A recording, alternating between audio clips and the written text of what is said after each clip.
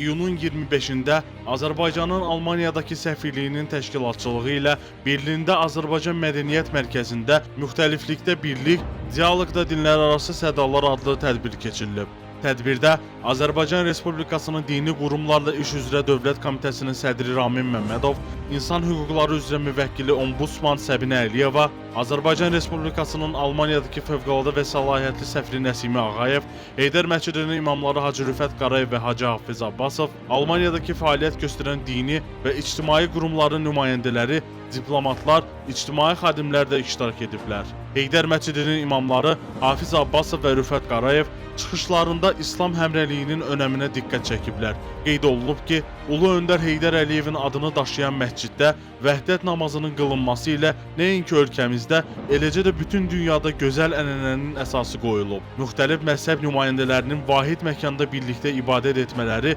ölkəmizdə dövlət tərəfindən həyata keçirilən tolerantlıq və multikulturalizm siyasətinin uğurlu nəticələrindən biridir. Tədbirin sonunda məruzələr ətrafında müzakirələr aparılıb, iştirakçıların sualları cavablandırılıb.